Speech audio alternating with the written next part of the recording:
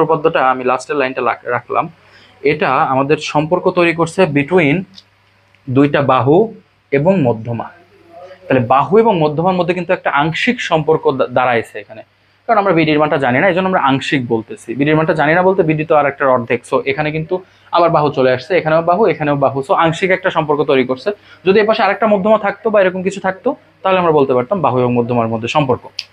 আমরা এই যে পরবর্তী যে উপপাদ্যটা করব, এটা আসলে ওই যে কথাটা বললাম যে আংশিক, আমরা এখানে আংশিক রাখবো না। এখানে যেটা হবে সেটা হলো সম্পূর্ণরূপে বাহু এবং মধ্যমার মধ্যে সম্পর্ক তৈরি করবে। এটা অ্যাপোলোনিয়াসের যে উপপাদ্যটা আছে তারই অনুসিদ্ধান্ত বলতে পারো। তাহলে ধরো এবিসি একটি ত্রিভুজ, বিসি এর মধ্যবিন্দু ডি, এসি এর মধ্যবিন্দু ধরো ই, এবং এটার মধ্যবিন্দু ধরো এফ। তাহলে যদি আমি এডি করি,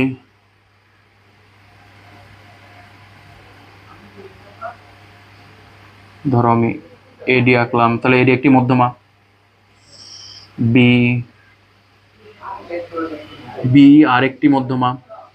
তোমরা অবশ্যই স্কেল দিয়ে অঙ্কন করবা, এবং যদি স্কেল দিয়ে ঠিক মতো অঙ্কন করো তাহলে দেখবা একটা বিন্দু দিয়ে তারা যাচ্ছে। দেখো আমি স্কেল দেইনি, তারপর আমাদের কিন্তু একটা বিন্দু দিয়ে গেছে। আচ্ছা, তো এই উপপাদ্যটা এখানে আসলে প্রশ্নের দুর্বোধ্যতা মোটামুটি ভাবে শেষ। এখানে বিশেষ কোনো প্রশ্ন নেই, বলা আছে যে এরকম একটি ত্রিভুজ দেয়া আছে, এখানে কোনো অঙ্কন নেই। খেয়াল করো কেন অঙ্কন নেই, এখানে বলা আছে এরকম একটি ত্রিভুজ দেয়া আছে, আমাকে প্রমাণ করতে হবে যে তিনটি বাহুর বর্গের যোগফল AB square plus BC square plus AC square, এবং যে মধ্যমা তিনটি আছে AD square plus BE square plus CF square, এদের মধ্যে সম্পর্ক স্থাপন করো। এখানে 3, এখানে 4। আমাদের মোটামুটি ভাবে এইটাই প্রমাণ করতে বলা হয়েছে। প্রমাণ করতে বলা কি হয়েছে যে, আচ্ছা, প্রমাণ করতে বলা হয়েছে যে বাহুদ্বয়ের স্কোয়ারের যোগফল এবং যে মধ্যমাগুলো আছে তাদের স্কোয়ারের যোগফলের মধ্যে একটা সম্পর্ক আছে, সেটা হলো 3 ইন্টু তিনটে বাহুর বর্গের যোগফল ইকুয়ালস টু 4 ইন্টু তিনটি মধ্যমার বর্গের যোগফল। এটা যে কোনো ত্রিভুজের জন্যই কার্যকর।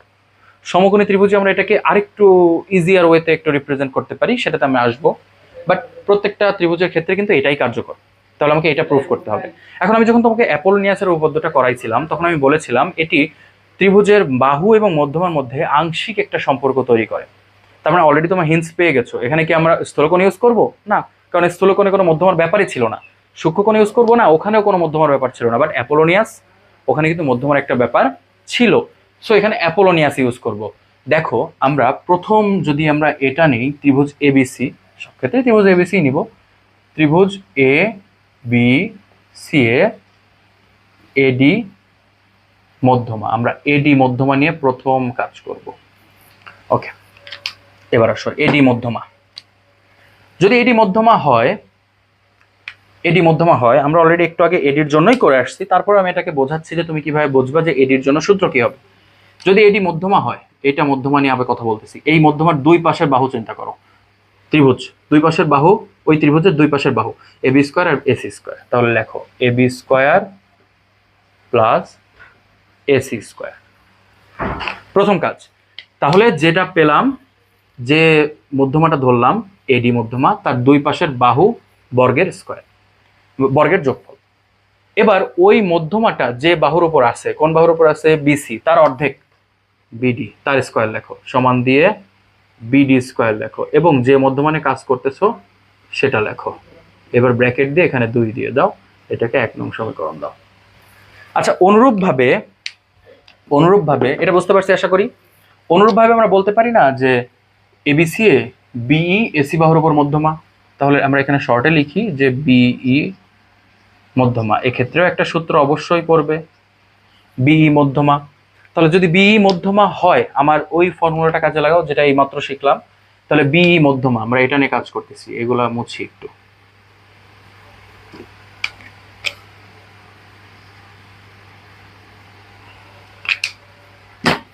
তাহলে বিই মধ্যমা, এই বির, দেখো বিই কে চিন্তা করো, বির দুই পাশে ছড়ায় যাও, তাহলে এবি আর বিসি এই দুটাকে স্কোয়ার আকারে লেখো, AB square plus BC square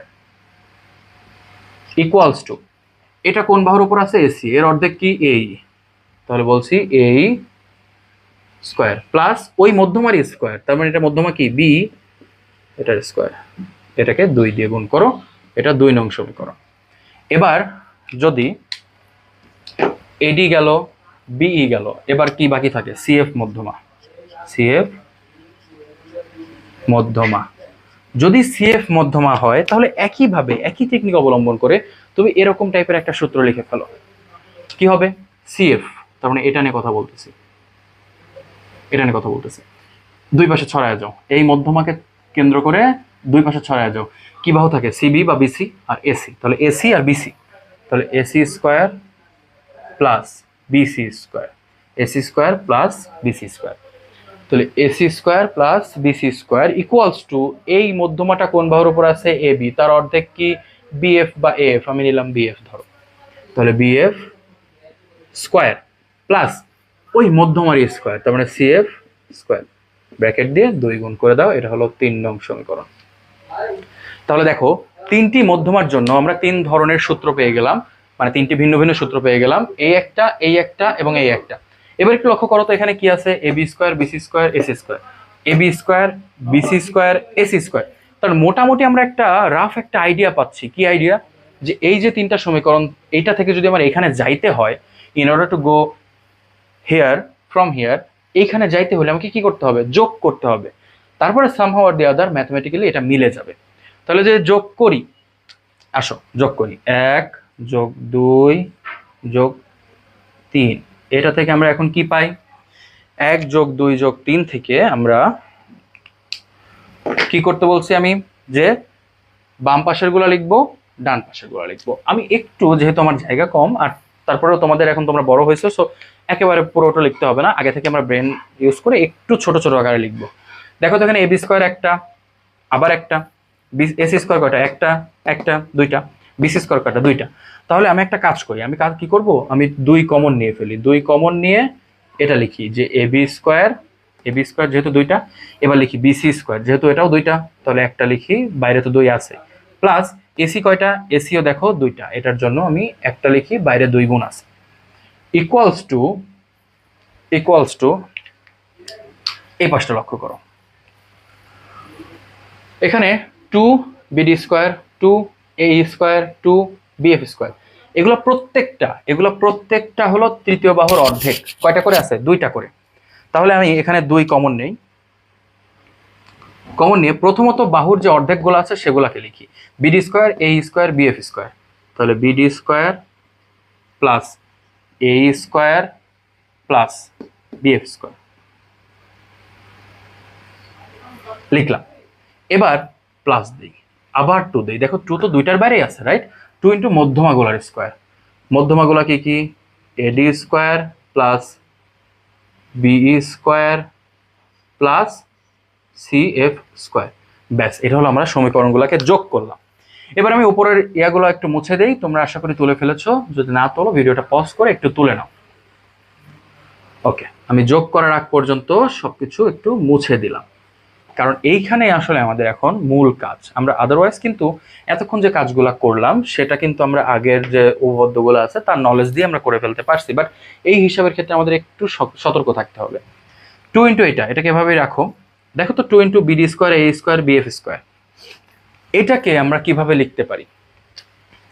দেখো তো, বিডি ইকুয়ালস টু কি? 2 half BC, BD equals to half BC লেখা যায়, BD equals to half BC, অবশ্যই, কারণ বিসির অর্ধেকই তো বিডি, তাহলে BD equal to half into BC. এখন এটাকে স্কোয়ার করো তো, বিডি স্কোয়ার কি হয়? 1/4 বিসি স্কোয়ার, পুরোটার উপর স্কোয়ার, তাহলে 1/2 square, 4 BC square. BD square সমান যদি লেখা যায় 1/4 বিসি স্কোয়ার, বিডি স্কোয়ার সমান, তাহলে বিএফ সমান কি লেখা যায়? বিএফ স্কোয়ার সমান কি লেখা যায়? 1/4 এসি স্কোয়ার। এ স্কোয়ার সমান কি লেখা যায়? 1/4 এসি স্কোয়ার, রাইট? বিএফ সমান 1/4 এবি স্কোয়ার, এই সমান 1/4 এসি স্কোয়ার। তাহলে দেখো তো, বিডির বদলে আমি কি লিখতে পারি? 1/4 বিসি স্কোয়ার। এর বদলে কি লিখতে পারি? 1/4 এসি স্কোয়ার। এবং বিএফ এর জন্য কি লিখতে পারি? BF square equal to 1/4 AB square. আমরা সেটা লিখে দিব। তাহলে তোমরা এটা সাইড নোট এভাবে একটা দিয়ে দিবা, আমি দেখাচ্ছি একটু পর। তোমরা খাতায় যেভাবে লিখবা সেটা হলো এর পরের লাইন আমি উপরে যাচ্ছি, ঠিক আছে? এটাকে এভাবেই রাখো, 2 into A B square plus BC square plus AC square equals to 2 রাখলাম, এবং ভেতরে আমি কি করব, বিডির বদলে কি লিখবো, বিডির বদলে লিখবো 1/4 BC square, 1/4 BC square plus এই বদলে কি লিখবো, 1/4 AC square, 1/4 AC square plus 1/4 BF এর বদলে 1/4 এবি স্কোয়ার। আচ্ছা, বাকি যা আছে সেটা সেভাবেই থাকলো, প্লাস ধরো 2 ইন্টু, আমি একটু শর্টে লিখি, AD square plus B square plus CF square, এভাবে লিখলাম। এবার একটু লক্ষ্য করো তো, আমি নিচের লাইনটাও মুছে দিলাম, তোমরা একটু তুলে নিবা। এবার এই 1/4 দেখো তো সবার কাছে আছে না, তাহলে আমি চাইলে এটাকে বাইরে নিয়ে আসতে পারি অবশ্যই, তাহলে বাইরে নিয়ে আসি, এটাকে আমি এখান থেকেই কেটে দেই। তোমাদের তো আর এরকম কাটার সুযোগ নেই, তোমরা একটু পরের লাইনে লেখো। আচ্ছা, এবার 1/4 যদি এখানে নিয়ে আসি, তাহলে 2 ইন্টু 1/4 হাফ হয় না, 2 আর নিচের 4 কাটাকাটি চলে যায়, নিচে থাকে 2, 1/2, এবং ভেতরে এই বাহুগুলো থাকে, বাহুগুলোকে আমি একটু কাছাকাছি লিখি, AB square plus BC square plus AC square.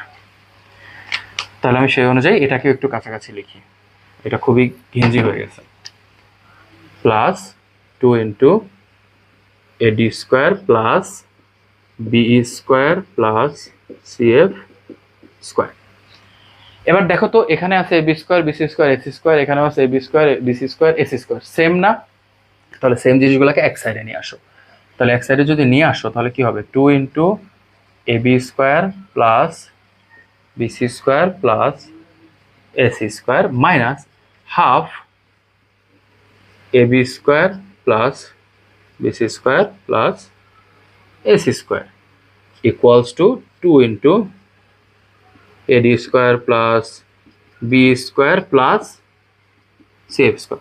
এবার তোমাদের জন্য কিন্তু প্রমাণটা অনেক সহজ হয়ে গেছে। এটা যদি তুমি কমন নাও, অর্থাৎ এই পুরো রাশিটা যদি কমন নাও, তাহলে 2 মাইনাস হাফ থাকে, 2 মাইনাস হাফ মানে কি, 3/2।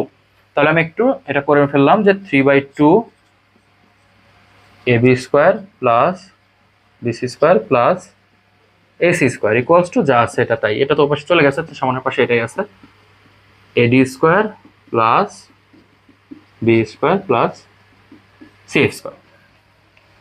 তাহলে দেখো আমাদের প্রমাণ কিন্তু হয়ে গেল। এবার আমরা চাইলে এই 2টাকে ওপাশে পাঠিয়ে দিতে পারি, অর্থাৎ এখান থেকে আমি 2টা তুলে নিয়ে 2 ইন্টু 2, অর্থাৎ এখানে আমি সরাসরি কি লিখতে পারি, 4। দেখো আমাকে কিন্তু এটাই চাওয়া হয়েছিল যে 3 ইন্টু বাহুদ্বয়ের বর্গের যোগফল, বাহুদ্বয় না বাহুত্রয়ের বর্গের যোগফল ইকুয়ালস টু 4 ইন্টু মধ্যমাত্রয়ের বর্গের যোগফল, এটা কিন্তু সমান। তার মানে এখন বাহু এবং মধ্যমার মধ্যে তুমি একটা ক্লিয়ার কাট, একটা সুন্দর একটা সম্পর্ক পেয়ে গেলা। এটা কিন্তু তোমাদের পরীক্ষায় গতে খুব বেশি আসে, খতে সাধারণত অ্যাপোলোনিয়াস দেয়, অথবা সূক্ষ্মকোণ অথবা স্থূলকোণ দিতে পারে। যদি সূক্ষ্মকোণ বা স্থূলকোণ দেয় তাহলে গতে দেবে অ্যাপোলোনিয়াস, আর যদি খতে দেয় অ্যাপোলোনিয়াস তাহলে গতে কিন্তু এটা দিয়ে দেয়। আবার অনেক সময় খতে এটা দেয়, গতে দেয় নেক্সট যেটা আমি করাবো সেটা। আচ্ছা, এটা আমরা জানলাম।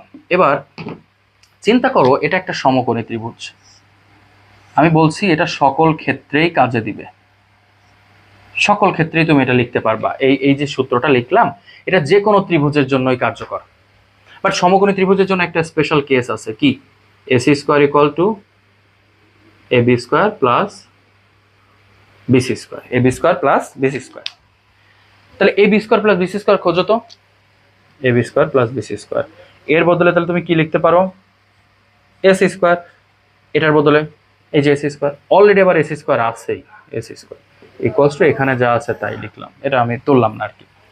এখন এটা মানে কি 2 না, 2 AC square, 2 into 3 6 AC square, 6 AC square equals two 4 into যা আছে তাই। এবার দুইটাকে তুমি 2 দিয়ে কাটো তো কি হয়, তাহলে 3 ইন্টু অতিভুজের স্কোয়ার ইকুয়ালস টু 2 ইন্টু মধ্যমাত্রয়ের বর্গের যোগফল, কারণ তুমি এখানে 2 দিয়ে ভাগ করলে 3 হবে, এখানে 2 দিয়ে ভাগ করলে 2 হবে। এটাও কিন্তু প্রুফে চলে আসে। তাহলে তোমার কিন্তু ক্ষয়ের চেয়ে গ সহজ হয়ে দাঁড়াবে। খ খতে তুমি এত কিছু করে এটা প্রুফ করবা, গতে লিখবা খ হতে পাই এইটা। আমরা জানি সমকোণী ত্রিভুজের ক্ষেত্রে এইটা 1 নং সমীকরণ দিবা, 1 নং সমীকরণটি এখানে বসিয়ে পাই, বসালে এটা পেয়ে গেলা। তাহলে কিন্তু তোমাদের গ হয়ে গেল। এই ছিল তোমাদের 3.1 এর তোমার অনুশীলনীর অনুশীলনীর আগে যে উপপাদ্যগুলো আছে সেটার প্রমাণ। তাহলে আশা করি তোমরা এখানকার প্রশ্নগুলো, যেটা সবচেয়ে দুর্বোধ্য বিষয়, সেটা বুঝতে পেরেছো এবং অলরেডি তোমরা বুঝে গেছো যে এখানকার প্রমাণগুলো আসলে খুবই ইজি।